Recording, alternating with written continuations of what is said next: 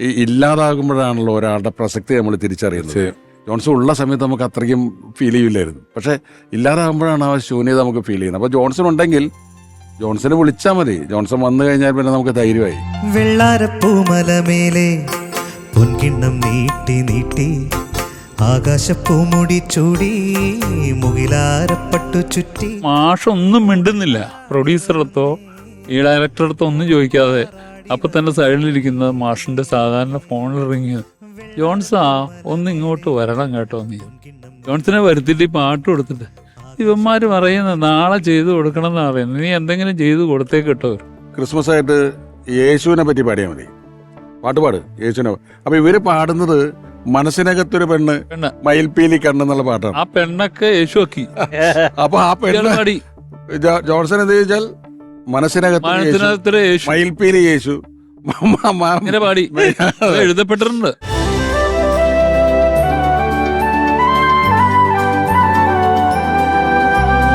ഓർമ്മയിലെന്നും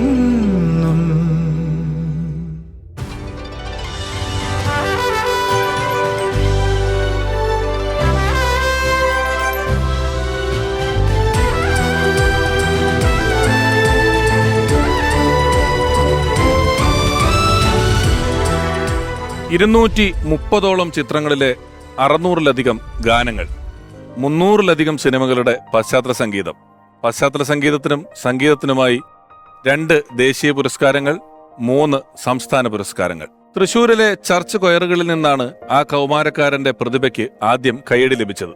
10ഓളം സംഗീത ഉപകരണങ്ങൾ ഒറ്റയ്ക്ക് കൈകാര്യം ചെയ്യുന്ന ആ 15-കാരൻ പയ്യൻ, അവനും അവന്റെ കൂട്ടുകാരും ചേർന്ന് വോയിസ് ഓഫ് തൃശൂർ എന്ന പേരിൽ പിന്നീട് ഒരു മ്യൂസിക് ട്രൂപ്പ് ഉണ്ടാക്കി. ഒരിക്കൽ ഈ മ്യൂസിക് ട്രൂപ്പിൽ പാടാനെത്തിയ ഭാവഗായകൻ പി ജയചന്ദ്രൻ ആ ചെറുപ്പക്കാരനെ കൈപിടിച്ച് കൂട്ടിക്കൊണ്ടുപോയത് മദ്രാസിയിലെ ദേവരാജ സന്നിധിയിൽ. ആ പയ്യനെ പരിചയപ്പെട്ട ദേവരാജൻ മാസ്റ്റർക്ക് മനസ്സിലായി ഈ പയ്യനിലൂടെ മലയാള സിനിമയിലേക്ക് തനിക്ക് ശേഷം സംഗീതത്തിന്റെ പുതിയ ഒരു യുഗം പിറക്കുമെന്ന്. 1975 മുതൽ 2011 വരെയുള്ള കാലയളവിൽ മലയാള ചലച്ചിത്ര സംഗീതത്തിൽ ഒരു സുവർണ അധ്യായം എഴുതിവെച്ച മഹാപ്രതിഭ, ഏതോ ജന്മകൽപ്പനയിൽ ഭൂമിയിലേക്ക് വന്ന് പൊന്നുരുകും പാട്ടുപൂക്കാലങ്ങൾ സമ്മാനിച്ച് ദേവാങ്കണങ്ങളിലേക്ക് മടങ്ങിപ്പോയ ഒരാൾ. ഓർമ്മയിലെന്നും പ്രിയപ്പെട്ട ജോൺസൺ മാഷ്.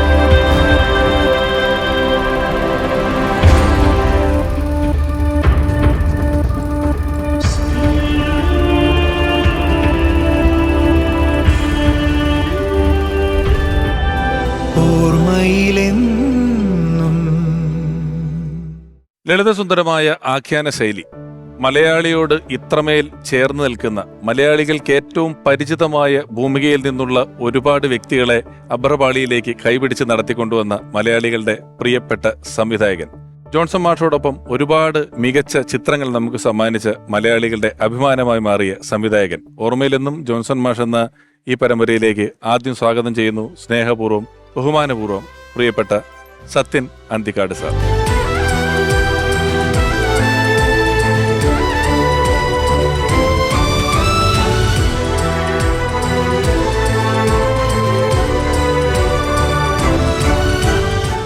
സ്വാഗതം ഓർമ്മയിലെന്നും എന്ന ഈ പരമ്പരയിലേക്ക്.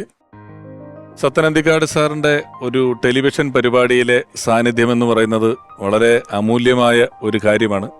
ഞങ്ങൾക്ക് വ്യക്തമായ ബോധ്യമുണ്ട് ജോൺസൺ മാഷ് എന്ന പ്രതിഭയോടുള്ള വലിയൊരു ആദരവിന്റെ കൂടെ, അല്ലെങ്കിൽ ആ സൗഹൃദത്തിന്റെ കൂടെ ഒരു ബാക്കിപത്രമായാണ് സത്യൻ സാർ ഏറ്റവും പുതിയ ചലച്ചിത്രത്തിന്റെ തിരക്കുകളിൽ നിന്നും ഇന്ന് നമ്മളോടൊപ്പം ഇവിടെ കൂടുന്നത്. ഒരിക്കൽ കൂടി സ്വാഗതം സാറിന്. സന്തോഷം. 28 ചിത്രങ്ങളാണ് ജോൺസൺ മാഷുമായിട്ട് സത്യൻ സാറിനുള്ളത്. അതൊരു ചെറിയ കാര്യമല്ല. അങ്ങനെ ഒരു കോമ്പിനേഷൻ ഒരുപാടുണ്ടോ എന്ന് തന്നെ സംശയമാണ്. 28 ചിത്രങ്ങളിൽ ജോൺസൺ മാഷ് സത്യനന്ദി സാറിന് വേണ്ടി വർക്ക് ചെയ്തിട്ടുണ്ട്. എന്നാൽ ആദ്യം വന്നത് പശ്ചാത്തല സംഗീതം ഒരുക്കുന്നതിന് വേണ്ടിയിട്ടാണ്, അല്ലേ? അപ്പൊ അന്ന് കുടുംബ പുരാണം എന്ന് പറയുന്ന ചിത്രത്തിന് പശ്ചാത്തല സംഗീതം ഒരുക്കാൻ ജോൺസൺ മാഷ് വരിക എന്ന് പറയുമ്പോൾ ചിത്രത്തിന്റെ സംഗീത സംവിധാനം മോഹൻ സിത്താര സാറാണ്. അദ്ദേഹം താരതമ്യേന ജോൺസൺ മാഷേക്കാളും ജൂനിയറാണ്. അപ്പൊ സിനിമയിൽ നമ്മൾ പറഞ്ഞു കേൾക്കുന്ന ഒരു ജൂനിയർ സീനിയർ ഓരോരുത്തരും നിൽക്കുന്ന ഒരു സ്ഥാനത്തിന്റെ അളവുകോലൊക്കെ വെച്ച് പലരും വേണമെങ്കിൽ വിസമ്മതിക്കാം. നീ വേറൊരാൾ സംഗീതം ചെയ്ത പടത്തിന് പശ്ചാത്തല സംഗീതം ഒരുക്കാൻ ഞാൻ വരേണ്ട കാര്യമുണ്ടോ എന്നൊക്കെ ചോദിക്കാം. എങ്ങനെയാണ് അന്ന് ആദ്യമായി ജോൺസൺ മാസ്റ്ററെ പശ്ചാത്തല സംഗീതത്തിലേക്ക് എത്തിയത്? അതിന്റെ ഒരു തുടക്കമൊക്കെ എങ്ങനെയായിരുന്നു? ജോൺസൺ അതിനു മുമ്പ് തന്നെ എനിക്ക് വളരെ പരിചയമുണ്ട്. കാര്യം A.T. ഉമ്മർ മ്യൂസിക് ചെയ്യുമ്പോഴേക്കേ A.T. ഉമ്മർ, അർജുന മാഷ് ഒക്കെ മ്യൂസിക് ചെയ്യുമ്പോൾ പല സിനിമകൾക്കും കണ്ടക്ട് ചെയ്തിരുന്നത്, അതിൻ്റെ ബാക്ക്ഗ്രൗണ്ട് സ്കോർ ചെയ്തിരുന്നതൊക്കെ ജോൺസൺ ആയിരുന്നു. അപ്പോൾ അന്നോട്ട് ജോൺസണും ഞാനും തമ്മിൽ നല്ല അടുപ്പമുണ്ട്. അപ്പോൾ അന്ന് മോഹൻ സിത്താരയുടെ 1 മുതൽ 0 വരെ എന്നുള്ള സിനിമയുടെ പാട്ടുകൾ കേട്ടപ്പോൾ മോഹൻ സിത്താരയെ കൊണ്ട് മ്യൂസിക് ചെയ്യിപ്പിക്കാൻ തീരുമാനിക്കുകയും അതിൻ്റെ റീ റെക്കോർഡിങ് സമയം വന്നപ്പോൾ ജോൺസൺ ഓൾറെഡി എൻ്റെ സുഹൃത്താണ്. നമ്മൾ ഒന്നിച്ച് വർക്ക് ചെയ്യുന്ന വെച്ചാൽ A.T. ഉമ്മറിൻ്റെ കൂടെയാണ് വർക്ക് ചെയ്യുന്നത്. എങ്കിലും ജോൺസനെ മ്യൂസിക് ചെയ്യാനായിട്ട് റീ റെക്കോർഡിങ് ചെയ്യാനായിട്ട് വിളിക്കുകയാണ് ചെയ്തത്. ജോൺസൺ ഒരു ബുദ്ധിമുട്ടില്ലാതെ വന്നു. ഒന്നുമില്ല, ഈ വക യാതൊരു പ്രശ്നങ്ങളും. ഞാൻ പലപ്പോഴും പറയാറുണ്ട്, ഈ സാധാരണഗതിയിൽ ഒരു മ്യൂസിക് ഡയറക്ടർ വേറെയാണെങ്കിൽ പശ്ചാത്തല സംഗീതം ഒരുക്കുന്ന ആളുകൾ പലപ്പോഴും ഈ മ്യൂസിക് ഡയറക്ടറുടെ പാട്ടുകൾ പശ്ചാത്തല സംഗീതത്തിൽ യൂസ് ചെയ്യാനായിട്ട് ചില മടിയുള്ളവരുണ്ടാവും. നമ്മൾ നോക്കുക, അമരം മ്യൂസിക് ചെയ്തിരിക്കുന്ന രവീന്ദ്രനാണ്. അതിൽ രവീന്ദ്രന്റെ പല പാട്ടുകളും റീ റെക്കോർഡിങ്ങിൽ ഉണ്ട്. ജോൺസൺ സംഗീതം മാത്രമാണ്. ജോൺസൺ അതിന്റെ സംഗീതത്തിന് മാത്രം അടിമയാണ്, അല്ലാതെ ഈഗോടെ അല്ല. കുടുംബ പുരാണം എന്ന ചിത്രം തൊട്ട് തുടങ്ങുന്നതൊരു പുരാണം എന്ന് വാക്ക് നമുക്ക് പറയാനുള്ള ഘനത്തിലുള്ള ജീവിതാനുഭവങ്ങളാണ്. മലയാളികൾ നെഞ്ചിലേറ്റിയ ഒരുപാട് സിനിമകളുടെ, ആ സിനിമകളുടെ സംഗീതത്തിന്റെ ഒക്കെ കഥകളാണ്. സാർ, കേൾക്കാം, ഇരിക്കും.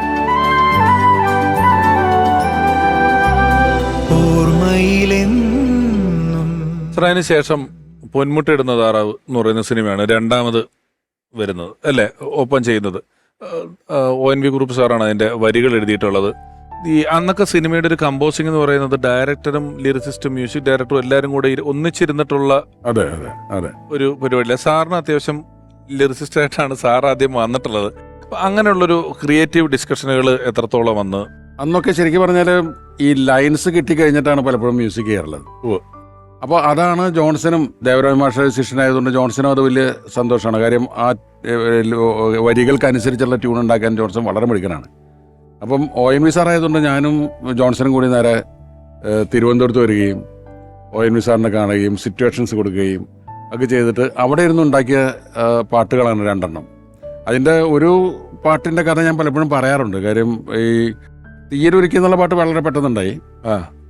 അടുത്തത് സിറ്റുവേഷന് ഒരു ഡാൻസ് പഠിപ്പിക്കുന്ന ഡാൻസ് ടീച്ചറുടെ ശാരി പാടി കൊടുക്കുന്ന അതിൽ നിന്നാണ്. അപ്പോൾ ONV സാർ അത് വളരെ മനോഹരമായ ഒരു ഡാൻസ് പഠിപ്പിക്കുന്ന ഗാനമായിട്ട് തന്നെ എഴുതി തന്നു. അതായത് മാമുക്കോയക്കയുടെ കടയുടെ നേരെ രണ്ടാമത്തെ നിലയിലുള്ള.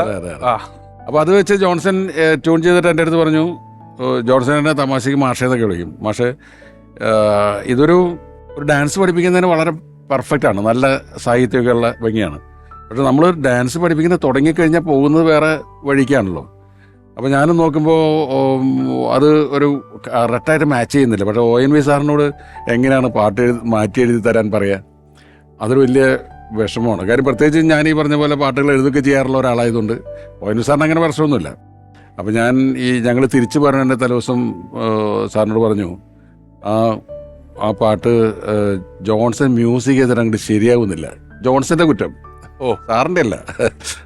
അപ്പോൾ പുള്ളി പറഞ്ഞു, ഞാൻ കൂടെ വന്നിരിക്കാം, ഞാനത് ഏത് റിതത്തിലാണ് എഴുതിയെന്ന് ഞാൻ പറഞ്ഞു കൊടുക്കാം, അപ്പോൾ അത് കൂടുതൽ അപാടാവും. അപ്പോൾ ഞാൻ സാറിൻ്റെ അടുത്ത് പറഞ്ഞു, എനിക്ക് കുറേ കൂടി സിമ്പിളായിട്ടില്ല. കാര്യം സിനിമ ഒരു പക്ക നാട്ടിൻപുറത്തിൻ്റെ കഥയാണ്, വളരെ പച്ച മലയാളത്തിലുള്ള വേർഡ്സുള്ള ഒരു പാട്ടാണ് വേണ്ടത്. അതിൻ്റെ ഉദാഹരണം പറഞ്ഞത് അദ്ദേഹത്തിൻ്റെ പാട്ടുകൾ തന്നെയാണ്. ഈ പൊന്നരിവാളമ്പളിയിൽ കണ്ണെറിയുന്നോളെ അതുപോലത്തെ ഒരു പാട്ടായാൽ അതുപോലത്തെ ഒരു കൾച്ചറുള്ള പാട്ടാണ് വേണ്ടത്. ഇപ്പോൾ ഞാൻ ശ്രമിച്ചു നോക്കാമെന്ന് പറഞ്ഞു. പിറ്റേ ദിവസം രാവിലെ 6 മണിക്ക് ONV എന്ന് കോളിംബിൽ അടിക്കണം. അതാണ് പ്രതിഭ എന്ന് പറയുന്നത്. തലേദിവസം വൈകുന്നേരമാണ് പറഞ്ഞത്. ഇവിടെ പറഞ്ഞ് ഞാൻ നടക്കാൻ വന്നപ്പോൾ ഇറങ്ങിയപ്പോൾ ഞാൻ സത്യനും കൂടി കണ്ടിട്ട് പോകാമെന്ന് വെച്ചിട്ടാണ്. ഇത് പറ്റുമെന്ന് നോക്കൂ, ഈ പാട്ട് ഒരു പാട്ട് കൊണ്ടുവരിക, അവർ കടലാസ് കൊണ്ടുവരികയാണ്. സത്യം പറഞ്ഞ മീറ്ററിൽ തന്നെയാണ് ആ ലാംഗ്വേജിൽ തന്നെ എഴുതിയിരിക്കുന്നത് പറഞ്ഞു. ഞാൻ വായിച്ചൊക്കെ അത്ഭുതപ്പെട്ടു പോയി. കാര്യം പൊന്നരിവാൾ അമ്പളിയിൽ കണ്ണെറിയുന്നോളെ അതേ മീറ്ററിലാണ് കുന്നിമണി ചെപ്പ് തുറന്ന് എണ്ണി നോക്കുന്നേരം നല്ല പാട്ട്. കുന്നിമണിച്ചെപ്പ് തുറന്നെണ്ണി നോക്കുന്നേരം പാടാലോ. അത് ഭയങ്കര ഇതാണ്. അപ്പം ഞാൻ ചെയ്ത് മതി എന്ന് പറഞ്ഞു. അത് കഴിഞ്ഞ് അന്ന് ഞാനും ജോൺസണും കൂടി അടുത്ത ഫ്ലൈറ്റിൽ നേരെ മദ്രാസിൽ വരികയും ഞങ്ങൾ വുഡ്ലാൻഡ്സ് ഹോട്ടലിൽ വന്നിട്ട് ഞാൻ ജോൺസന്റെ അടുത്ത് പറഞ്ഞു, ഞാനൊന്ന് ഫ്രഷ് ആവട്ടെ എന്ന് പറഞ്ഞാൽ ഞാൻ കുളിക്കാൻ കയറി. ഞാൻ ആ വെള്ളം ഒഴിച്ചുകൊണ്ടിരിക്കുമ്പോൾ പുറത്തുനിന്ന് ജോൺസൺ ഹാർമോണിയം വെച്ച് പാടുന്ന ഇതാണ് ഇന്ന് നമ്മൾ കേൾക്കുന്ന ട്യൂൺ. ഞാൻ ജോൺസന്റെ അടുത്ത് തോർത്താതെ പറഞ്ഞു, ഇത് മതി കേട്ടോ ട്യൂണിന്. അങ്ങനെയാണ് ആ പാട്ടുണ്ടാവുന്നത്. ജോൺസൺ മാഷിനെ കുറിച്ചും പാട്ടിനെ കുറിച്ചാണ് പറയുന്നതെങ്കിൽ ചില ഇപ്പം ആദ്യം പറഞ്ഞു സത്യൻ സാർ, ആ ഡാൻസ് പഠിപ്പിക്കുന്ന ഒരു മുഹൂർത്തം കഴിഞ്ഞാൽ അത് തുടക്കം കഴിഞ്ഞാൽ പിന്നെ അവിടുന്ന് കഥ അങ്ങ് പോവുകയാണ് എന്ന് പറയുകയുണ്ടായല്ലോ.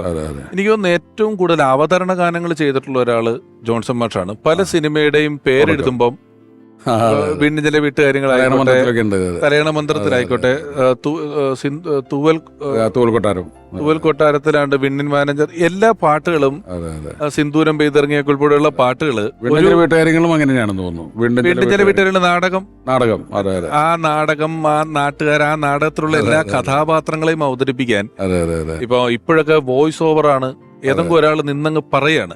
അതിന് പകരം ഒരു 4-4.5 മിനിറ്റിന്റെ ഒരു പാട്ടിൽ ഒരു നാടും ആ നാട്ടിലുള്ള എല്ലാ കഥാപാത്രങ്ങളെയും അവതരിപ്പിക്കുകയാണ്. അതെങ്ങനെയാണ് കമ്മ്യൂണിക്കേറ്റ് ചെയ്യുന്നത്? അപ്പൊ ഒരു ആള് അത് റൈറ്ററും വീണ്ടും ചില വീട്ടുകാര്യങ്ങളിലൊക്കെ തൂവൽ കൊട്ടാരത്തിനൊക്കെ ലോഹിദാസാണല്ലോ എഴുതിയത്. ഞാനും ലോഹിദാസും കൂടിയിട്ട് സംസാരിച്ചിട്ട് നമുക്ക് ഇങ്ങനെ പ്രസന്റ് ചെയ്യാം, ഇങ്ങനെ തുടങ്ങാം എന്ന് പറഞ്ഞിട്ട് ജോൺസനുള്ള ഒരു ധൈര്യം കൂടി ഉണ്ട് നമുക്ക്.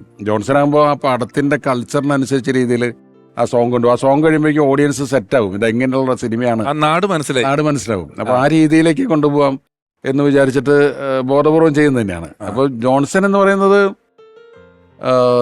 നമ്മുടെ ഒരു ശക്തിയാണ്, ഒരു മ്യൂസിക്കിന്റെ. ശരിക്കും പറഞ്ഞാൽ ഈ ഇല്ലാതാകുമ്പോഴാണല്ലോ ഒരാളുടെ പ്രസക്തി നമ്മൾ തിരിച്ചറിയുന്നത്. ജോൺസൺ ഉള്ള സമയത്ത് നമുക്ക് അത്രയ്ക്കും ഫീൽ ചെയ്യില്ലായിരുന്നു, പക്ഷെ ഇല്ലാതാകുമ്പോഴാണ് ആ ശൂന്യത നമുക്ക് ഫീൽ ചെയ്യുന്നത്. അപ്പോൾ ജോൺസൺ ഉണ്ടെങ്കിൽ ജോൺസനെ വിളിച്ചാൽ മതി. ജോൺസൺ വന്നു കഴിഞ്ഞാൽ പിന്നെ നമുക്ക് ധൈര്യമായി. പലപ്പോഴും കമ്പോസിങ് നമ്മുടെ സ്ക്രിപ്റ്റ് കംപ്ലീറ്റ് ആവുന്നതിനൊക്കെ മുമ്പ് തന്നെ നമ്മൾ കമ്പോസിങ് സ്റ്റാർട്ട് ചെയ്യും. കാരണം പാട്ടുകൾ പോലും, പാട്ടുകളുടെ ഈണം ചെയ്യുന്നത് പോലും നമ്മളെ ഇൻസ്പയർ ചെയ്യും സീൻസ് ഉണ്ടാക്കാനായിട്ട്. അപ്പോൾ അത് കാരണം ജോൺസൺ ഇതിൻ്റെ ഒരു ഭാഗമാണ്. പിന്നെ അതുപോലെ അപാര ഹ്യൂമർ സെൻസ് ആണ് ജോൺസന്. നമുക്കൊരു സിറ്റുവേഷൻ പറഞ്ഞു കൊടുത്താൽ അതിനോട് ചെയിനായിട്ടുള്ള കോമഡികൾ, ചില അനുഭവങ്ങൾ പുള്ളി പറയും. ജോൺസൺ ഒരു മ്യൂസിക് ചെയ്യുന്നു എന്ന് മാത്രമേ ഉള്ളൂ, നമ്മുടെ ടോട്ടൽ ഡയറക്ടോറിയൽ ടീമിന്റെ അംഗമാണ്. ഞാനൊരു ഇന്റർവ്യൂലോ വായനയിലോ എവിടെ കണ്ടിട്ടുള്ള ഒരു സാധനം, എനിക്കൊന്ന് മൈനാക പൊന്മുടിയിലോ മറ്റേ വിഷ്വല് പറഞ്ഞിട്ടുണ്ട്. അങ്ങനെ അത് റെക്കോർഡ് ചെയ്യുന്ന സമയത്താണ്. റെക്കോർഡിങ്ങിന്റെ ദിവസമാണ് ഓർക്കസ്ട്ര ലൈവ് ഇൻസ്ട്രുമെന്റ്സ് ആണ്. ഇന്ന് പലർക്കും അത് അറിയില്ലല്ലോ. റെക്കോർഡിംഗ് ദിവസം രാവിലെ തിയേറ്ററിൽ വന്നു കഴിഞ്ഞാൽ വയലിൻസും മറ്റേ എല്ലാ ഇൻസ്ട്രുമെന്റേഴ്സും വന്നിട്ടുണ്ടാവും. അവരെയൊക്കെ വിളിച്ചിരുത്തി പുള്ളി മ്യൂസിക് നോട്ട്സ് എഴുതിയിട്ട് അവിടെ വെച്ചിട്ടാണ് അത് ബാക്ക്ഗ്രൗണ്ട് സ്കോർ ചെയ്യുന്നത്. തലേദിവസം ചെയ്യില്ല, തലേദിവസം ശരിയാവില്ലടോ എന്ന് പറയും. ഞാൻ പറയും ഒന്ന് ഇല്ല, അത് അവിടെ ഇരുന്ന് വേറെ കൂടെ ഇരുന്ന് ചെയ്താലേ എനിക്ക് വരുള്ളൂ എന്ന് പറയും. അവിടെ വിളിച്ച് തന്നെ എഴുതിയിട്ട് സത്യ എങ്ങനെയാണ് ഈ പാട്ട് തുടങ്ങാൻ പോകുന്നത്, ഞാൻ എങ്ങനെ തുടങ്ങുന്നത് ഞാൻ ആലോചിച്ചിട്ട് പോലില്ല. കാര്യം ഷൂട്ട് ചെയ്തിട്ടില്ലല്ലോ, പാട്ട് കിട്ടിയിട്ടാണ് നമ്മളത് ചെയ്യാമെന്ന് വിചാരിച്ചിട്ട്. അതിൻ്റെ ഓപ്പനിങ് എങ്ങനെയായിരിക്കും, പാട്ടിൻ്റെ ഓപ്പനിങ്. അപ്പോൾ ഞാൻ പറഞ്ഞു, അപ്പോഴാണ് ഞാൻ ആലോചിക്കുന്നത്. ഞാൻ പറഞ്ഞു ഓപ്പനിങ് എന്ന് പറഞ്ഞ് ജയറാം എന്തായാലും കുറെ തല ഷേവ് ചെയ്യുന്നതെന്നാണ് ആ പാട്ട് ആരംഭിക്കുന്നത്. അപ്പോൾ ഞാൻ പറഞ്ഞു കുറെ തലകളായിരിക്കും, മൊട്ടത്തലകളിൽ നിന്നായിരിക്കും സ്റ്റാർട്ട് ചെയ്യുക, മതി എന്ന് പറഞ്ഞു. അത് ഇപ്പം നമുക്ക് അതിൻ്റെ റിതം തുടക്കത്തിൽ കേൾക്കുമ്പോൾ ആ തബലയിൽ സ്റ്റാർട്ട് ചെയ്യുമ്പോൾ ശരിക്കും ആ മുട്ടത്തിലേക്ക് വളരെ സിങ്കാണ്.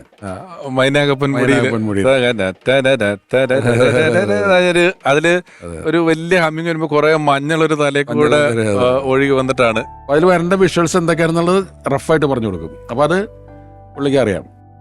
ഈ പശ്ചാത്തല സംഗീതം ഒരുക്കുന്നതിലും ഈ നേരത്തെ പറഞ്ഞതുപോലെ ജോൺസൺ മാഷ് സംഗീതം ചെയ്തിട്ടില്ലാത്ത സിനിമകൾ, നമ്മള് സംഗീതം ചെയ്ത സിനിമകളും അല്ലാത്ത ഇപ്പം വളരെ പോപ്പുലർ ആയിട്ടുള്ള മണിച്ചിത്രത്താഴ് പോലുള്ളൊരു സിനിമ നമ്മൾ എടുക്കുമ്പം ഇന്നും അതിന്റെ തീം മ്യൂസിക്കുകൾ ആളുകൾ കേൾക്കുമ്പോൾ സംഗീതം ചെയ്തിരിക്കുന്നത് രാധാകൃഷ്ണൻ സാറാണ്, അതിന്റെ തീം മ്യൂസിക് ചെയ്തിരിക്കുന്നത് ജോൺസൺ മാഷാണ്. അങ്ങനെ എത്രയോ മലയാളികൾ ഇഷ്ടപ്പെടുന്ന പടങ്ങളുടെ തീം മ്യൂസിക് ചെയ്തിരിക്കുന്നത് ജോൺസൺ മാഷാണ്.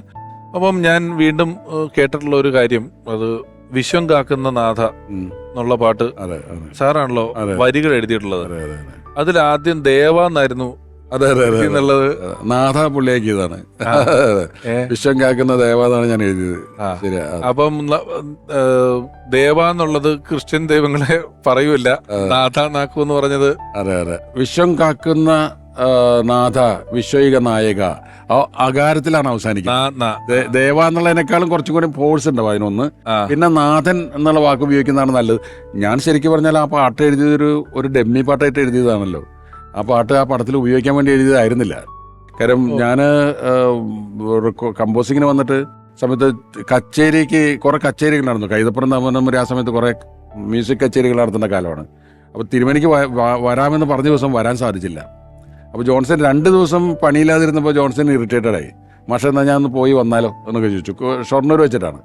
അപ്പോൾ ജോൺസൺ ഒരു പണി കൊടുക്കാൻ വേണ്ടിയിട്ട് ഈ സബ്ജക്റ്റ് എനിക്ക് അറിയാവുന്നതുകൊണ്ട് ഞാൻ പറഞ്ഞു ആ പ്രാർത്ഥനാ ഗാനം ഏകദേശം ഇതുപോലെ ആയിരിക്കും വരിക, എന്നിട്ട് വേണമെങ്കിൽ നമുക്ക് ആ ട്യൂൺ കൊടുത്താൽ തിരുമേനെ കൊണ്ട് എഴുതിപ്പിക്കാമല്ലോ എന്ന് വിചാരിച്ചിട്ടാണ്. അതിന് വേണ്ടിയിട്ട് ഞാൻ എഴുതി കൊടുത്ത വരികളാണ്. അപ്പോൾ അതിമനോഹരമായിട്ട് ജോൺസൺ അത് ട്യൂൺ ചെയ്തു. വിശ്വം കേൾക്കുന്നു. അത് കേട്ടപ്പോൾ എനിക്ക് ഭയങ്കര ഫീൽ തോന്നി. പക്ഷേ എങ്കിലും അത് തിരുമേനി എഴുതാനുള്ള പാട്ടാണ്. അപ്പോൾ ആ പാട്ട് ജോൺസൺ ട്യൂൺ ചെയ്ത് കഴിഞ്ഞാൽ അന്ന് കൈതപ്പുറം വന്നു. കൈതപ്പുറം വന്നപ്പോൾ ഞാൻ പറഞ്ഞു ഇതാണ് ആ സിറ്റുവേഷൻ, പാട്ട് തിരുമേനി എഴുതിയാൽ മതി. ഇത് കേട്ടോണ്ട് തിരുമേനി പറഞ്ഞു പാട്ട് ഇത് മതി, മറ്റേ പാട്ട് ഞാൻ എഴുതിക്കൊള്ളാന്ന് പറഞ്ഞു. അങ്ങനെ ഫിറ്റ് ചെയ്ത പാട്ടാണത്. അതെ. എപ്പോഴെങ്കിലും ഈ വരി എഴുതുന്ന സത്യനന്ദിക്കാടിനെ കുറിച്ച് ജോൺസൺ മാസ്റ്റർ അഭിപ്രായം പറഞ്ഞിട്ടുണ്ടോ? എഴുതിയിട്ടുണ്ടല്ലോ ഇഷ്ടം പോലെ. ജോൺസൺ എൻ്റെ വരികൾ ഇഷ്ടമാണ്. അതായത് ഇപ്പം തൂവൽ കൊട്ടാരത്തിലും ഞാനൊരു പാട്ട് എഴുതിനായിരുന്നു, തങ്കനൂപുരമോ. അതെ, അതായത് പുള്ളി പറയും താൻ എഴുതുന്നത് വളരെ ഡയറക്റ്റ് ഫ്രം ദി ഹാർട്ടാണെന്ന് പറയും. അതായത് അതിൽ വേറെ കാവ്യ കൽപ്പനകളൊക്കെ കുറവായിരിക്കും. ഇപ്പം നേരെ വരികൾ ആർക്കും കേട്ടാൽ മനസ്സിലാകുന്ന വിശ്വം കാക്കുന്ന നാഥ വിശ്വയിക നായക ആത്മാവിലിരിയുന്ന തീയണയ്ക്കു അതിന് ആത്മചൈതന്യം, അതിന് വേറെ സാഹിത്യമില്ല കാര്യമായിട്ടുള്ളത്. അപ്പോൾ അത്തരം സാധനങ്ങളൊക്കെ ഇപ്പോൾ ഒരു നിമിഷം തരുമൊക്കെ അങ്ങനെയായിരുന്നല്ലോ, ഓ മൃദലൊക്കെ അങ്ങനെയായിരുന്നല്ലോ, പെട്ടെന്ന് ഡയറക്റ്റായിട്ട് കമ്മ്യൂണിക്കേറ്റ് ചെയ്യുന്നതാണ്. അതുകൊണ്ട് ജോൺസൺ അത് ഇഷ്ടമായിരുന്നു. ജോൺസൺ മാഷ് ആണെങ്കിലും എത്രയോ അധികം ലിറിസിസ്റ്റുകളുടെ കൂടെ വർക്ക് ചെയ്തിട്ടുണ്ട്. എനിക്ക് തോന്നുന്നു മേലെ പറമ്പിലാൻ വീട് എന്ന് പറയുന്ന ചിത്രത്തില് കണ്ണദാസൻ എന്ന് പറയുന്ന തമിഴിലെ വലിയ എഴുത്തുകാരനാണ്. ആ ഒരു പാട്ടിന്റെ ഇടയിൽ ഒരു 4-5 വരികളെ ഉള്ളെങ്കിലും അത് എഴുതിയിട്ടുള്ളത് അവിടെയും പറക്കിയിട്ടുണ്ട്. നമ്മള് വരികളെ കുറിച്ചും വരികളുടെ പാട്ടിലെ പ്രസക്തിയെക്കുറിച്ചും എഴുത്തിനെ കുറിച്ചും ഒക്കെ പറഞ്ഞ സ്ഥിതിക്ക് ഒരു ലിറിസിസ്റ്റ് നമ്മളോടൊപ്പം ഇപ്പം ഓർമ്മ പങ്കുവെക്കുന്നതിന് വേണ്ടി എത്തുകയാണ്. നിരവധി ഗാനങ്ങളിലൂടെ നമുക്ക് വളരെ പരിചിതനായ എഴുത്തുകാരൻ ജോൺസൺ മാസ്റ്റർ ജീവിതത്തിലും പ്രത്യേക പങ്കുവഹിച്ചിട്ടുള്ള ഒരാൾ സ്നേഹപൂർവ്വം സ്വാഗതം ചെയ്യുന്നു, പ്രിയപ്പെട്ട RK ദാമോദരൻ മാസ്റ്റർ.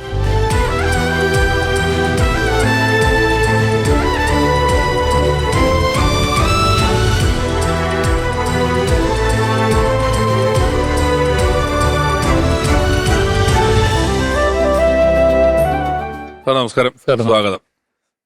സത്യനന്ദിക്കാട് സാറുമായിട്ട് ഇങ്ങനെ പാട്ടുകളെയും വരികളെയും കുറിച്ച് കൃത്യം പറഞ്ഞ് അവിടെ എത്തി, വരികളെ കുറിച്ച് പറഞ്ഞെത്തി.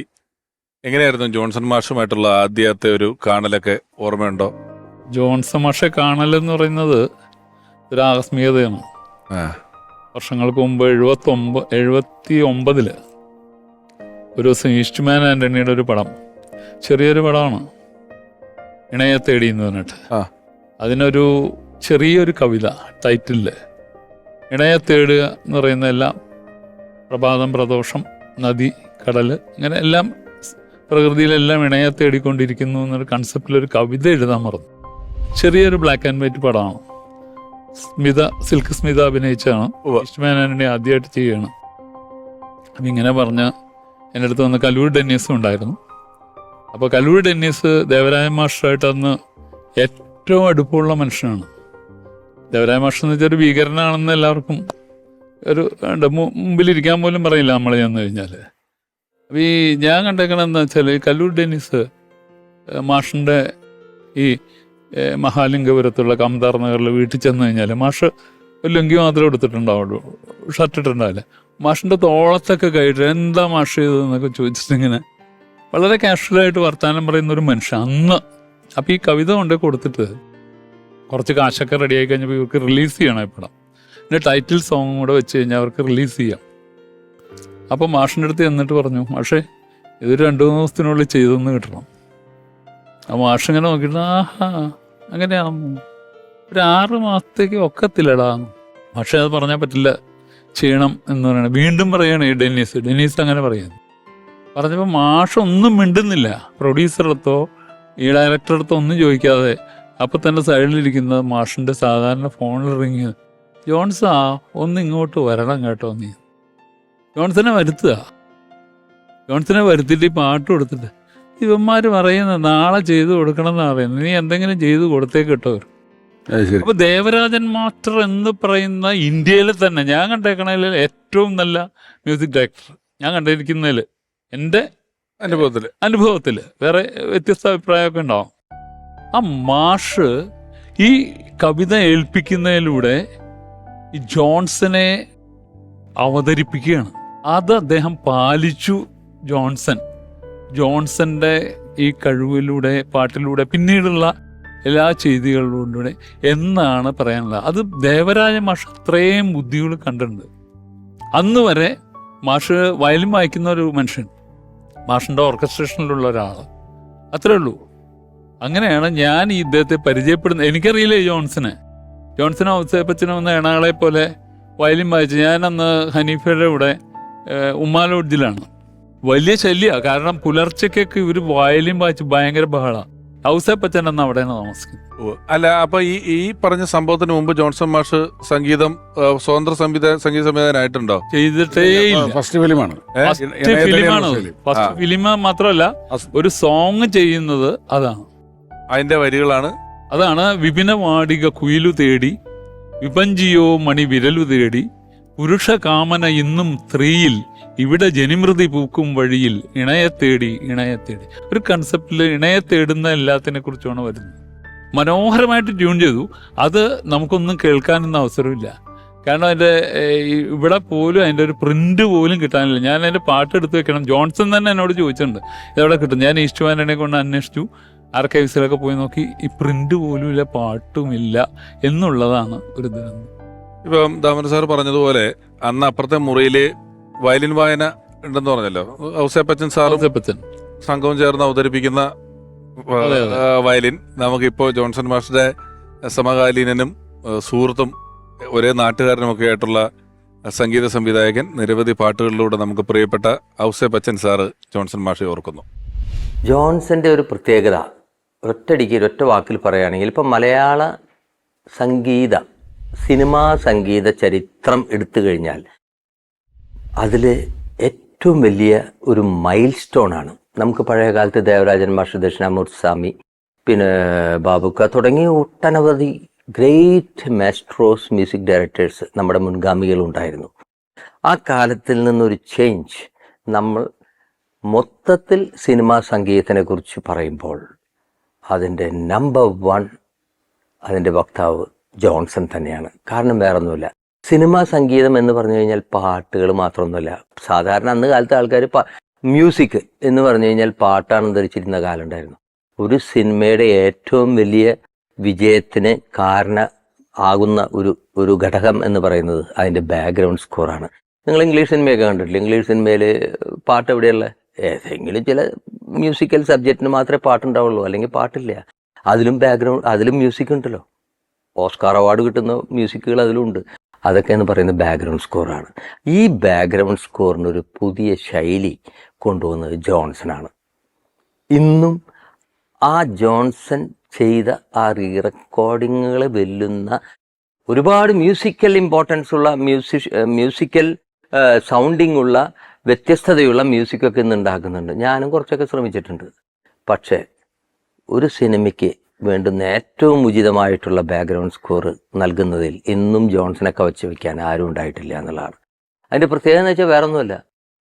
ബാക്ക്ഗ്രൗണ്ട് സ്കോർ എന്ന് പറയുന്നത് എന്താണെന്ന് വെച്ച് കഴിഞ്ഞാൽ, ഒരു പടം കണ്ടുകൊണ്ടിരിക്കുമ്പോൾ ബാക്ക്ഗ്രൗണ്ട് സ്കോറാണ്. അത് നമ്മൾ ഒരിക്കലും കേൾക്കാൻ പാടില്ല, നമ്മൾ ആ പടത്തിലേ ശ്രദ്ധിക്കാൻ പാടുള്ളൂ.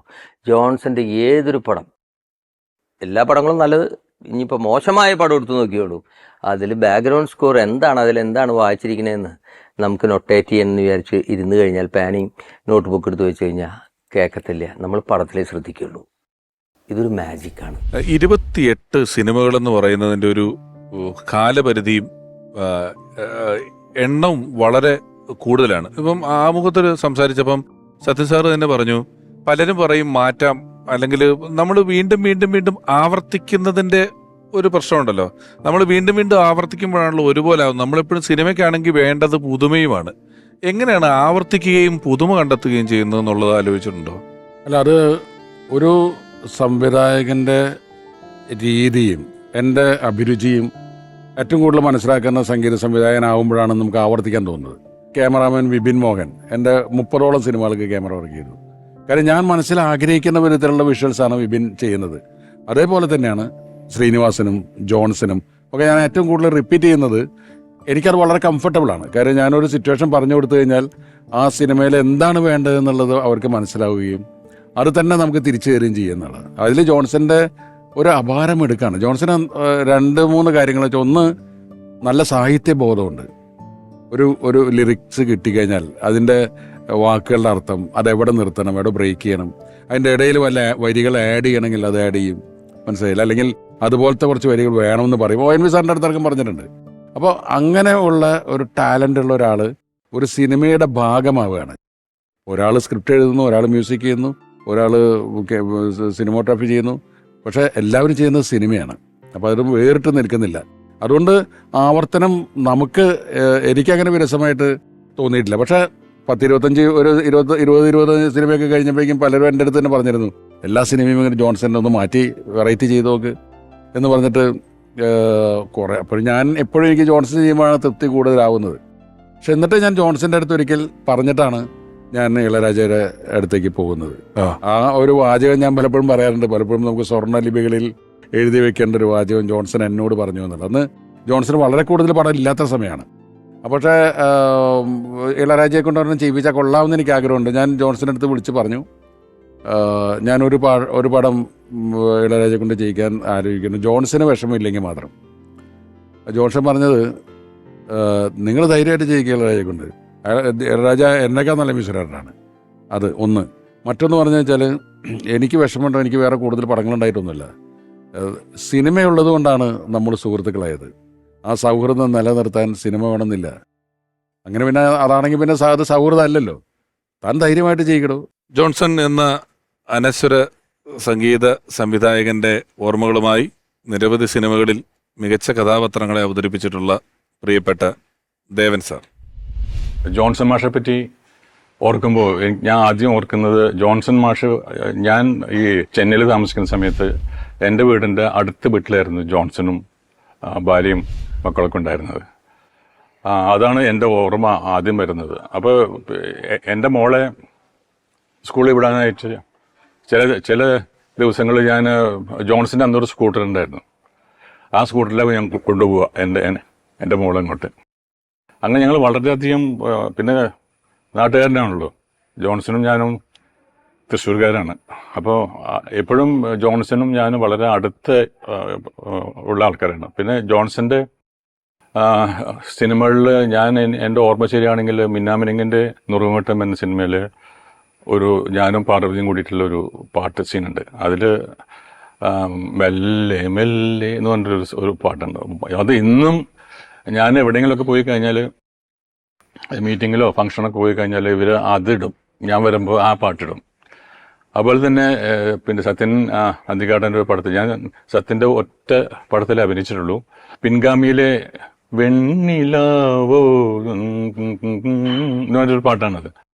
അത് ഇപ്പോഴും എന്നെ പല ആൾക്കാരും ഓർക്കുന്നത് ആ ഒരു പാട്ടിലൂടെയാണ്. ഞാനും മോഹൻലാലിൻ്റെ ചെറുപ്പത്തിലുള്ള ആ കുട്ടിയും ശാന്തകൃഷ്ണനുമായിട്ടുള്ള വളരെ സന്തോഷകരമായ ഒരു ഫ്ലാഷ് ബാക്കിൽ വരുന്ന ഒരു സീനാണ്. വളരെ സന്തോഷകരമായിട്ടുള്ള ഒരു സീൻ. അങ്ങനെ എനിക്ക് എൻ്റെ ഓർമ്മ പെട്ടെന്ന് വരുന്നത് ഈ 2 പാട്ടുകളാണ്. ഈ 2 പാട്ടുകളും ഇന്നും ജനങ്ങളുടെ മനസ്സിൽ, മലയാളികളുടെ മനസ്സിലുണ്ട്. അല്ല, ചില കഥാപാത്രങ്ങൾ, ഞാനിപ്പോൾ ഒരു സിനിമയിൽ എപ്പോഴും അതിലൊരു കേന്ദ്ര കഥാപാത്രം, ഒരു നായകൻ നന്മ ചെയ്യുക, നന്മകളെല്ലാം നായകനിലേക്ക് എത്തുക എന്നൊക്കെ പറയുമെങ്കിലും, ഞാനിപ്പോൾ നേരത്തെ പൊന്മുട്ടിയിടുന്ന താറാവിനെ കുറിച്ച് പറഞ്ഞപ്പോൾ ഇത് സംഗീതവുമായിട്ട് നേരിട്ട് ബന്ധമുള്ള ഒരു കാര്യമല്ലെങ്കിലും ഈ ഡാൻസ് സ്കൂൾ നടത്തുന്ന ടീച്ചറെ പറ്റിയൊക്കെ പറഞ്ഞ് ആ സിനിമയിൽ എവിടെയോ ഈ ഡാൻസ് സ്കൂൾ നടത്തുന്ന ടീച്ചർക്ക് ഷാരി ചെയ്യുന്ന കഥാപാത്രത്തിന് പൈസയ്ക്ക് ആവശ്യം വരുമ്പം കരമന ജനാർദ്ദനൻ ചെയ്യുന്ന ഒരു ക്യാരക്ടർ ഉണ്ടായിട്ട് പൈസ കൊടുക്കുന്നുണ്ട്. ഇത് നീ ഇത്രയും നാൾ എന്ന വാടകയാണ്, ഇത് ആ വാടക കൂട്ടിയാൽ മതി എന്നൊക്കെ പറഞ്ഞ് കണക്കാക്കണ്ടെന്ന് പറയുന്നുണ്ട്. അപ്പോ ഈ ഒരു നന്മ, ഈ പരസ്പരം പോകുന്ന ഇപ്പൊ ഈ പറഞ്ഞ വാക്കുകളിലൊക്കെ കാണുന്ന ഒരു വളരെ രസകരമായൊരു സൗഹൃദം അതിൽ ഫീൽ ചെയ്യുന്നുണ്ട്. ആ നല്ല സൗഹൃദങ്ങൾ, ഇവര് കുറെ നാൾ ഇവര് വാടക കൊടുക്കാത്തതിനകത്തുള്ള ശത്രുക്കളും ആണ്. ഈ പിണക്കങ്ങൾ ഉണ്ടായിട്ടുണ്ടോ നിങ്ങൾ തമ്മിൽ? ആശയപരമായ പിണക്കങ്ങൾ ഉണ്ടാവണമല്ലോ. പിണക്കങ്ങൾ ആശയപരമായിട്ടും അല്ലാതെയൊക്കെ ഉണ്ടായിട്ടൊക്കെ ഉണ്ട്. അത് സ്വാഭാവികമായിട്ടുണ്ടാവില്ലേ, സൗഹൃദം ഉണ്ടാവാൻ. അതായത് പിണങ്ങാനുള്ള സ്വാതന്ത്ര്യം ഉണ്ടാവുക എന്ന് പറയുന്നത് ഒരു സൗഹൃദത്തിന്റെ വ്യാപ്തിയാണ്. സൗഹൃദത്തിന്റെ ഒരു ശക്തിയാണ്, വ്യാപ്തിയാണ് നമുക്ക് പിണങ്ങാനുള്ള സ്വാതന്ത്ര്യം ഉണ്ടാവുക എന്നുള്ളത്. ജോൺസനെ ഞാനായിട്ട് പലപ്പോഴും പിണങ്ങാറുണ്ട്, അതിനപ്പുറത്ത് കാര്യമായിട്ട് ഇണങ്ങാറുണ്ട്. ഒരിക്കൽ ഒരു റീ റെക്കോർഡിങ് തിയേറ്ററിൽ വെച്ച് പണങ്ങിയിട്ടുണ്ട്, വീണ്ടും ചില വീട്ടുകാരങ്ങൾ. അതിൻ്റെ റീ റെക്കോർഡിങ് PV ഗംഗാനാണ് പ്രൊഡ്യൂസ് ചെയ്യുന്നത്. വന്ന് പ്രസാദ് 70 തിയേറ്റർ. അപ്പം രാവിലെ റീ റെക്കോർഡിങ് സ്റ്റാർട്ട് ചെയ്ത് തലേദിവസം 2 ദിവസം മുമ്പ് നമ്മൾ പടം ഇട്ട് കണ്ട് എവിടേക്ക് എങ്ങനെ മ്യൂസിക് വേണമെന്നൊക്കെ ആലോചിച്ച് ഒരു റഫായിട്ടുള്ള ഐഡിയ കിട്ടിട്ട് തിയേറ്ററിൽ വന്നു കഴിഞ്ഞ ശേഷം തികച്ചും പേഴ്സണലായ ഒരു കാര്യത്തിന് ഞാനും ജോൺസൺ തമ്മിൽ ഒന്ന് പിണങ്ങി. അപ്പം തുടങ്ങി കുറച്ച് കഴിഞ്ഞപ്പോൾ ജോൺസൺ എൻ്റെ അടുത്ത് പറഞ്ഞു, താൻ മ്യൂസിക് ശരിയാകുന്നുണ്ടോ എന്ന് നോക്കിയാൽ മതി, അല്ലാതെ വേറെ കാര്യങ്ങൾ ഇടപെടണ്ട എന്നെ പറഞ്ഞു എൻ്റെ അടുത്ത്. അപ്പോൾ ഞാൻ പറഞ്ഞൊരു കാര്യം ചെയ്യാം, നമുക്ക് തൽക്കാലം പാക്കപ്പ് ചെയ്യാം. അങ്ങനെ 9 to 9 ഉണ്ടായിരുന്ന റീ റെക്കോർഡിങ്ങിന് വന്ന ഫുൾ ഓർക്കസ്ട്രയെ ഒരു 11 മണിയായപ്പോൾ ഞാൻ പാക്കപ്പ് ചെയ്ത് പിരിച്ചു വിട്ടു. അത് ശരിക്കും ജോൺസന് ഭയങ്കരമായ വിഷമം ഉണ്ടാക്കിയില്ല. അങ്ങനെ പുള്ളി നേരെ വീട്ടിൽ പോയി, ഞാൻ വേറെ ആരെയും കൊണ്ടെങ്കിലും മ്യൂസിക് ചെയ്യിപ്പിക്കാമെന്ന് വിചാരിച്ചു. അത്രയും സീരിയസ് ആയിട്ടുള്ള വണക്കമായിരുന്നു. പക്ഷെ വേറൊരാളെയും എൻ്റെ മനസ്സിൽ വരുന്നില്ല, പ്രത്യേകിച്ചും ആ സിനിമ. അപ്പോൾ 2 ദിവസം കഴിഞ്ഞു. 3-ാമത്തെ ദിവസമായ സമയത്ത് ഞാൻ സേതു മണ്ണാർക്കാരനെ ജോൺസന്റെ വീട്ടിലേക്ക് വിട്ടു. പുള്ളിയാണ് പ്രൊഡക്ഷൻ എക്സിക്യൂട്ടീവ്. അപ്പോൾ റാണി പറഞ്ഞു, ജോൺസന്റെ വൈഫ് പറഞ്ഞു, അന്ന് തിയേറ്ററിൽ നിന്ന് എന്നിട്ട് പിന്നെ വീട്ടിൽ നിന്ന് പുറത്തു പോയിട്ടില്ല എന്ന് പറഞ്ഞു പുള്ളി. അപ്പോൾ പുള്ളിക്കും പ്രയാസമുണ്ട്. അപ്പം ഞാൻ പറഞ്ഞു, സത്യേട്ടൻ വിളിക്കുന്നുണ്ട് എന്ന് പറഞ്ഞു. അപ്പോൾ ചെല്ലാൻ പറഞ്ഞു. അപ്പം ജോൺസൺ സേതുവിൻ്റെ അടുത്ത് പറഞ്ഞത്, അന്നത്തെ വഴക്കിനെ പറ്റിയിട്ട് സത്യനോ രക്ഷ എന്നോട് മിണ്ടരുത് എന്ന് പറഞ്ഞു. പോളണ്ടിനെ കുറിച്ച് സംസാരിക്കുന്നത് വേറെ എല്ലാ ഞാൻ പറഞ്ഞു, ഓക്കേ, മിണ്ടില്ല. അന്ന് നേരെ വന്നു, കനം പിടിച്ച മുഖത്തോടു കൂടി എൻ്റെ അടുത്തിരുന്നു. പക്ഷെ എൻ്റെ മനസ്സിനെ കരയിപ്പിച്ച ഒരു സന്ദർഭമാണ് അപ്പം ഉണ്ടായത് ആ റീലിൽ. അതായത് ഷൂട്ട് ചെയ്യുമ്പോൾ അന്നൊന്നും മോണിറ്ററൊന്നും ഇല്ലല്ലോ, ഷൂട്ട് ചെയ്തുകൊണ്ടിരിക്കുമ്പോൾ ഒരു ഡ്രീം സീക്വൻസ് ഉണ്ട്. അതായത് വീണ്ടും ചില കേട്ടുകാരങ്ങൾ കണ്ടിട്ടുള്ളവർക്ക് അറിയാമോ, സംയുക്ത വർമ്മയുടെ വീട്ടിലേക്ക് ജയറാം വരുന്നൊരു ഡ്രീം, ഒരു നാടക നെടുമുടി വീണു, ഞാൻ ദൂരെ പോയിട്ട് മുട്ട മേടിച്ചു വരാനൊക്കെ വന്നിട്ട് പോയി കഴിഞ്ഞ് ഇവർ രണ്ടുപേരും തനിച്ചാക്കിയിട്ട് ഡ്രമാറ്റിക് ആയിട്ട് ഇവർ രണ്ടുപേരും ദൂരത്തേക്ക് നടന്നു പോകും. അപ്പം ഞാനത് പിക്ചറൈസ് ചെയ്തിരിക്കുന്നത് ഒരു അമ്പിളി ചന്ദ്രനെയൊക്കെ കെട്ടി തൂക്കിയിട്ടിട്ട് ഒരു മരത്തിൻ്റെ ചോട്ടിലേക്ക് ഇവൻ നടനാണല്ലോ. അപ്പോൾ ഒരു നാടകീയമായിട്ടുള്ള ഒരു ഇതിൽ ഞാൻ വിപിൻ മോഹൻ്റെ അടുത്ത് പറഞ്ഞു, ഒരു ലെങ്തി ട്രോളിയിട്ടേക്ക് ഇവർ രണ്ടുപേരും നടന്നു പോകുമ്പോൾ നമുക്ക് പഴയ KPSC നാടകത്തിൽ മറ്റേ ഏതെങ്കിലും ഒരു നാടകഗാനത്തിൻ്റെ ബാക്ക്ഗ്രൗണ്ട് ജോൺസനെ കൊണ്ട് പാടിപ്പിക്കാം, മ്യൂസിക് പ്ലേ ചെയ്യിപ്പിക്കാം. അപ്പോൾ വിപിൻ അതുപോലെ തന്നെ കൊണ്ട് ആക്കി. അത് കഴിഞ്ഞ് വേറെ കുറേ ദിവസങ്ങൾ വേറെ സീൻ ഷൂട്ട് ചെയ്ത് ഈ വിവരം ഞാൻ മറന്നുപോയി. ഇത് ഞാൻ ജോൺസൻ്റെ അടുത്ത് പറഞ്ഞിട്ടേ ഇല്ല. ഈ പിണങ്ങിയതിന് ശേഷം തിരിച്ച് വന്നു കഴിഞ്ഞിട്ടപ്പോൾ ഈ റീലാണ് വന്നത്. ഈ റീൽ വന്ന് ആ ഷോട്ട് കണ്ടപ്പോൾ തന്നെ എനിക്ക് മനസ്സിലായി ഞാൻ ഉദ്ദേശിച്ചത് ഇതായിരുന്നു എന്നുള്ളത്. അപ്പോൾ ജോൺസൺ എന്നോട് പറയാണ്, മാഷേ, നമുക്ക് ഇവർ പോകുന്ന ഈ ഡ്രമാറ്റിക് മൂമെൻറ്റ്സിലെ KPSCയിലെ ഏതെങ്കിലും നാടകത്തിലെ പാട്ടിലെ ഒരു മ്യൂസിക് കിട്ടാലോ, വെള്ളാരം കുന്നിലെ എന്ന് പറഞ്ഞിട്ട്, അത് എൻ്റെ മനസ്സിൽ ഞാൻ വിചാരിച്ചിട്ട് അത് മനസ്സിൽ വെച്ചിട്ടാണ് ഞാൻ ഷോട്ട് എടുത്തത്. അത് ജോൺസൺ അറിയില്ല, എനിക്ക് മാത്രമേ അറിയുള്ളൂ. അതൊരു സംവിധായകൻ്റെ മനസ്സ്, ഒരു സംഗീത സംവിധായകൻ തിരിച്ചറിയാന്നുള്ള ഞാൻ നേരെ കെട്ടിപ്പിടിച്ചുകൊള്ളിനെ. അതോടുകൂടി ആ വഴക്ക് തീർന്നു. മാഷെന്നാണ് വിളിക്കുന്നത് അല്ലേ? മാഷെന്നാ പരസ്പരം വിളിക്കുന്നത്. നമുക്ക് ഇനി ജോൺസൺ മാഷുമായി കുറിച്ച് ഒരു എപ്പിസോഡ് ചെയ്യുമ്പം പാട്ടുകാരൻ്റെയും പാട്ടുകാരിയുടെയും സാന്നിധ്യം നമുക്ക് ഈ എപ്പിസോഡിൽ ആവശ്യമുണ്ട്. ആദ്യം നമുക്കൊരു പാട്ടുകാരനെ വിളിക്കാം. അദ്ദേഹം ചലച്ചിത്ര പിന്നണി ഗായകനാണ്. സൂപ്പർ ഹിറ്റായ ഒരുപാട് പാട്ടുകൾ പാടിയിട്ടുള്ള ഒരാളാണ്. സ്നേഹപൂർവ്വം എപ്പിസോഡിലേക്ക്, ഈ പരമ്പരയിലേക്ക് ജോൺസൺ മാഷെ ഓർക്കുന്നതിന് വേണ്ടി സ്വാഗതം ചെയ്യുന്നു. പ്രിയപ്പെട്ട ഗായകൻ നിഷാദ്.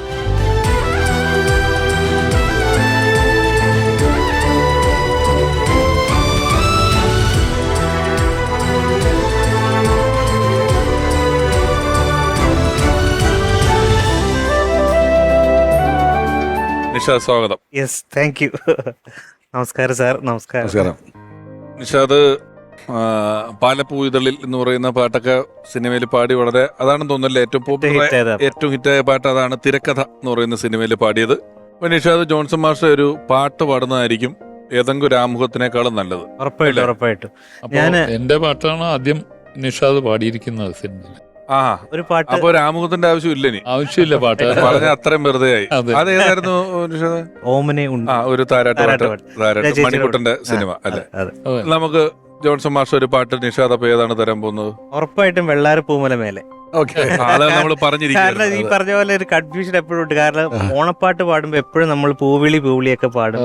ഒരുപാട് വേദികളിൽ ഓണപ്പാട്ടുകൾ പാടുമ്പോ ഈ പാട്ടില് ഈ ഓണത്താറ അടി വരുന്നതുകൊണ്ട് നമ്മൾ ആ പാട്ടെടുത്ത ഒരു ഡിഫറെന്റ് ആയിട്ട്, പക്ഷെ അത് ഭയങ്കര ആവേശം, എനർജി ഉണ്ടാക്കുന്ന ഈ ഒരു ഓണത്താർ എന്നൊക്കെ പറയുമ്പോഴേ ഈ ഉത്തര കേരളത്തിലുള്ളവർക്കേ അത് മനസ്സിലാവുള്ളൂ. എന്റെ അടുത്ത് ചോദിച്ചിട്ടുണ്ട് ചിലവർ വിളിച്ചിട്ട്, എന്താണ് ഈ ഓണത്താർ എന്നുള്ളത്, ഇവിടെ ഒന്നും ആളുകൾക്ക് അറിയില്ല.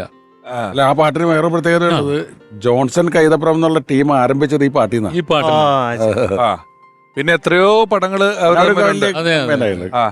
അല്ല, ഇപ്പോഴും നമ്മൾ വെറുതെ ചോദ്യം തൊടുത്തത് അറിയാത്ത ആൾക്കാരുണ്ടെങ്കിൽ അതൊന്ന് ഒരു ലിറിസിസ്റ്റ് എന്നുള്ള നിലയിൽ അത് പറഞ്ഞിട്ട് ഓണത്താറിലോട്ട് പോകാം. ഈ ഓണത്താർ എന്ന് പറയുന്നപ്പോ നമ്മള് ഈ തെക്കൻ കേരളത്തിലൊന്നും ഇല്ലത്. ഉത്തര കേരളത്തിലുള്ള ഓണപ്പൊട്ടൻ എന്നൊക്കെ പറയുന്ന സമ്പ്രദായം ഉണ്ടല്ലോ, നമ്മളുടെ ഇവിടെ ഒന്നും പരിചയമില്ല ഇവിടെ. അതെ. അപ്പൊ ആ ഓണത്താർ കാണിക്കുന്നുണ്ട് അതില്, അല്ലെങ്കിൽ കാണാം നമ്മൾക്ക് ആ ഉത്തര കേരളത്തിന്റെ മലബാറിന്റെ പ്രത്യേകതയുള്ള ചില സംഭവങ്ങൾ. അത് വന്ന് ഈ പാട്ടിലൂടെയാണ് ഓണത്താറിനെ പറ്റിയിട്ട് എനിക്ക് തോന്നുന്നത് സാധാരണ ജനങ്ങൾ ദക്ഷിണ കേരളത്തിലും മധ്യ കേരളത്തിലൊക്കെ മനസ്സിലാക്കുന്നത്. കൈതപ്രം അത് ആ കൈതപ്രത്തിന്റെ സ്വത്വം അതില് ഒന്നാണ് പ്രയോഗിച്ചിട്ടുണ്ട്. ഒരു കണ്ണൂരുകാരൻ കൈതപ്രംകാരൻ അവരുടെ ഓണം മലബാറിന്റെ ഉത്തര മലബാറിന്റെ ഒരു ഓണത്തിന്റെ ഒരു വാക്ക് അല്ലെ ഒരു ബിംബം ഉണ്ടായില്ലേ. ഈ രണ്ട് പാട്ടുകളാണല്ലോ വരവേൽപ്പിലുള്ളത് അല്ലെ. ഒരു ബസ്സൊക്കെ പൊളിഞ്ഞിരിക്കുമ്പോഴുള്ള ഒരു ദുഃഖഗാനം, ഒരു സെന്റിമെന്റ്സ് പാട്ട് കൂടെ ഉണ്ട്. ദൂരെ ദൂരെ സാഗരം എന്ന് പറയുന്നുണ്ട്. ഇപ്പൊ നമുക്ക് വെള്ളാരപ്പൂമല കേൾക്കാൻ നിഷാദേ. വെള്ളാരപ്പൂമലമേലെ പൊൻകിണ്ണം നീട്ടി നീട്ടി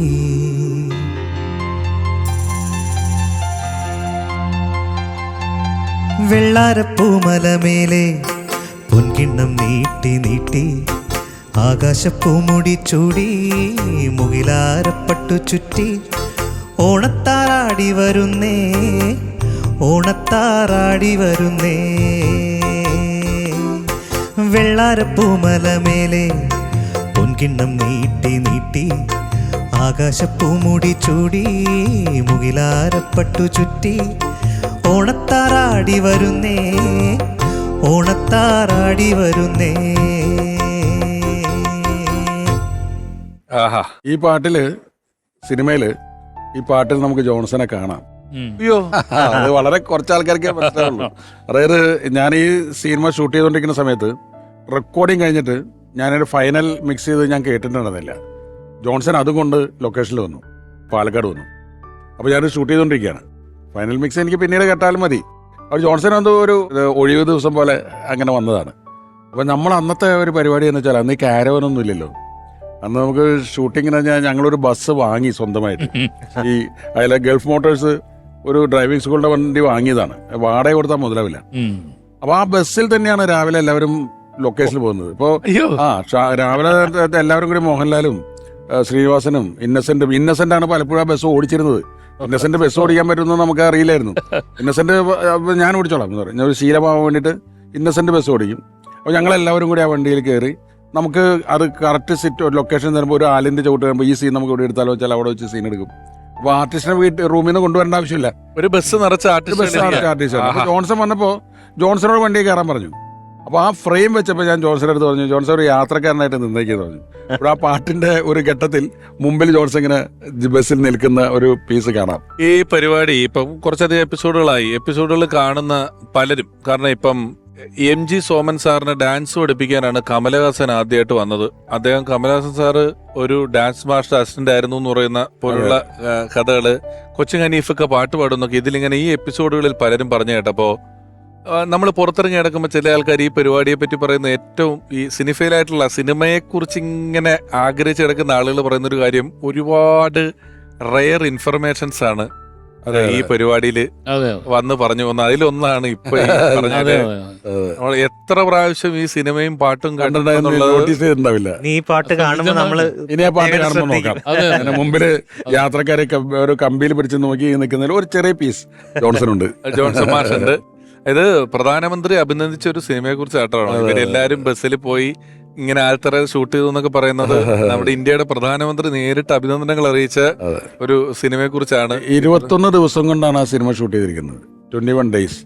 അതായത് അതിൽ ഫൈറ്റ് ഉണ്ട്, സോങ്സ് ഉണ്ട്, കോമഡി ഉണ്ട്. രാവിലെ എല്ലാവരും കൂടി വണ്ടി കയറലാണല്ലോ, അല്ലെങ്കിൽ എവിടെ വെച്ചാൽ അവിടെ ബ്രേക്ക്ഫാസ്റ്റിന് മുമ്പ് ഒരു സീൻ എടുത്ത് തീർത്തിരിക്കുന്നതാണ്.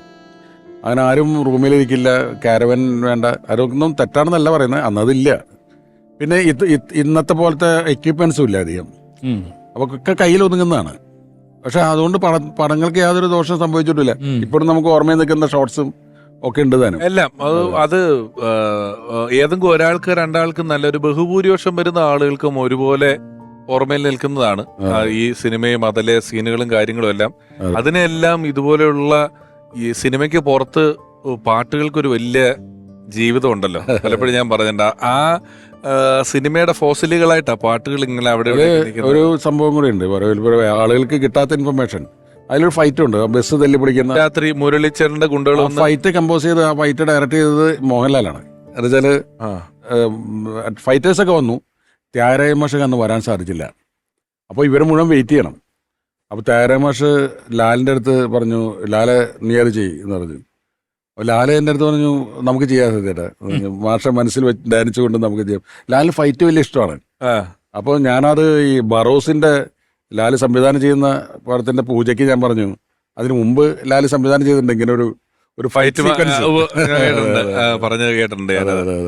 ജോൺസൺ മാഷെ കുറിച്ചുള്ള ഓർമ്മകൾ നമ്മളോട് പങ്കുവയ്ക്കുന്നു. നിരവധി നല്ല ഗാനങ്ങൾ നമുക്ക് സമ്മാനിച്ചിട്ടുള്ള പ്രതിഭാസനയായ ഗായിക ഗായത്രി അശോക്.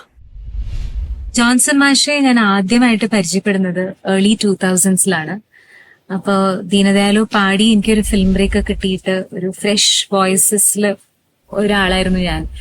അപ്പൊ എന്നെ പോലത്തെ ഒരു ജൂനിയർ ആർട്ടിസ്റ്റിനെ എത്രത്തോളം സ്നേഹത്തോടു കൂടി അദ്ദേഹം പെരുമാറി, പാട്ട് ഹാർമോണിയം വെച്ച് പഠിപ്പിച്ചു തന്നു, ഇതൊക്കെ എനിക്ക് ഒരിക്കലും മറക്കാൻ പറ്റില്ല. അത്ര പ്രഷ്യസ് ആയിട്ടുള്ള മൊമെന്റ്സ് ആണ് എന്റെ ജീവിതത്തിലെ. ഉത്തമൻ എന്ന സിനിമയിലെ പാലാഴി എന്നുള്ള പാട്ടാണ് അദ്ദേഹത്തിന് വേണ്ടി പാടിയത്.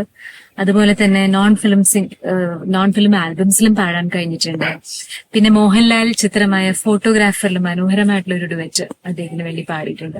നമുക്ക് എല്ലാവർക്കും അറിയാം മലയാളത്തിലെ one of the all time greats ആണ് അദ്ദേഹം എന്നുള്ളത്.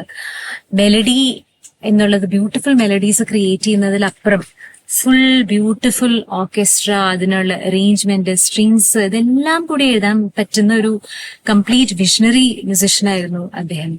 അതുകൊണ്ട് തന്നെയാണ് 2024 ഏത് റിയാലിറ്റി ഷോ എടുത്തു കഴിഞ്ഞാലും നമുക്ക്, അല്ലെങ്കിൽ മ്യൂസിക് കോമ്പറ്റീഷൻ എടുത്തു കഴിഞ്ഞാലും നമ്മുടെ കഴിവ് തെളിയിക്കണം, അല്ലെങ്കിൽ ആൾക്കാരെ ഇംപ്രസ് ചെയ്യണം, ശ്രോതാക്കളെ ഇംപ്രസ് ചെയ്യണം എന്നുണ്ടെങ്കിൽ അദ്ദേഹത്തിന്റെ ഒരു പാട്ട് മതി, പാടിയാൽ മതി.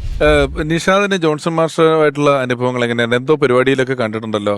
ഒരു ചാനലിന്റെ ഒരു പ്രോഗ്രാം എന്ന് വെച്ചാൽ ക്രിയേറ്റേഴ്സ്, പാട്ടിന്റെ ക്രിയേറ്റേഴ്സ് വന്നിരുന്നിട്ട് അതിന്റെ ആ പാട്ടിന്റെ അനുഭവങ്ങൾ, ആ പാട്ടുണ്ടായപ്പോൾ ഉണ്ടായിരുന്ന അനുഭവങ്ങൾ, എങ്ങനെയാണ് ആ പാട്ടുണ്ടായത്, എഴുതപ്പെട്ടത് എങ്ങനെയാണ്, അതിൻ്റെ എഴുത്തുകാരനും സംഗീത സംവിധായകനും, അത് അർജുനൻ മാസ്റ്റർ പോലുള്ള സീനിയർ ആയിട്ടുള്ള ആളുകൾ മുതൽ ജോൺസൺ മാസ്റ്റർ എല്ലാവരും ഉണ്ടായിരുന്നു ആ പ്രോഗ്രാമിൽ.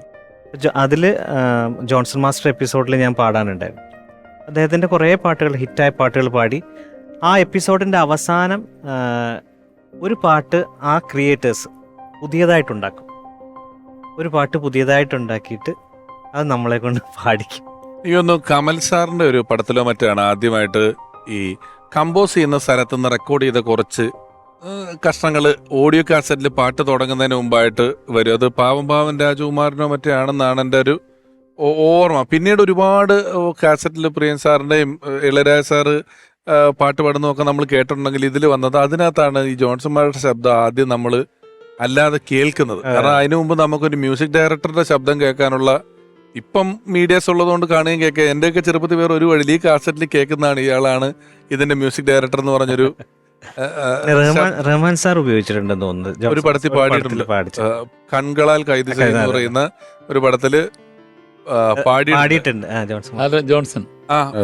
ജോൺസൺ ഗാനമേളയ്ക്ക് പെണ്ണുങ്ങളുടെ ശബ്ദത്തിൽ പാടുമായിരുന്നു തൃശ്ശൂര്. പണ്ട് പാടിയുണ്ട്. അത് എഴുതപ്പെട്ടിട്ടുണ്ട്, പറഞ്ഞിട്ടുണ്ട്, എന്നോടൊക്കെ പറഞ്ഞിട്ടുണ്ട്. അത് അന്ന് ജോൺസൺ പറയുന്ന സംഭവിച്ചാൽ ഈ ക്രിസ്മസ് കരോളിന്റെ കൂടെ കരോളിനൊക്കെ പോകുമ്പോ പാടിയുണ്ട്. അന്ന് ജോൺസൺ അപ്പം ചില സംഭാവന കിട്ടണം, പാട്ടും കൊണ്ട് വീടുകളിൽ പോകുമ്പോ പൈസ. ഒരു സ്ഥലത്ത് വെച്ചെന്നിട്ടുള്ളൊരു ആൾക്കാരുടെ അടുത്ത് പറഞ്ഞിട്ടുണ്ടോ പറഞ്ഞൂടാ. ജോൺസൺ ഇപ്പോൾ ഒരു വീട്ടുടമസ്ഥൻ ഗൃഹനാഥൻ അടിച്ച് ഫിറ്റാണ്, നല്ല തന്നെയാണ്. അപ്പൊ അയാള് പറഞ്ഞു ആ ക്രിസ്മസ് ആയിട്ട് യേശുവിനെ പറ്റി പാടിയാൽ മതി, പാട്ട് യേശുവിനെ.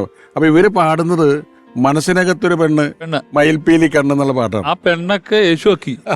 അപ്പൊ ആ പെണ്ണ് ജോൺസൺ എന്ത് ചോദിച്ചാൽ മനസ്സിനകത്ത് മയിൽപ്പീലി യേശു, ഇങ്ങനെ പാടി അത് എഴുതപ്പെട്ടിട്ടുണ്ട്. അതെ, ഈ അതെ, അതെ. ജോൺസന്റെ പൊന്നൊരുക്കും പൂക്കാലം ബുക്കിലുണ്ട്, അതെ. ആ പുസ്തകത്തിൽ ഇത് എഴുതി വെച്ചിട്ടുണ്ട്.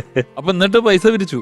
മനസ്സിനകത്തൊരു പെണ്ണ് മനസ്സിനകത്തൊരു യേശു, മയിൽപ്പീലി യേശു. യേശു എന്നാ പാടിയിരിക്കുന്നത്.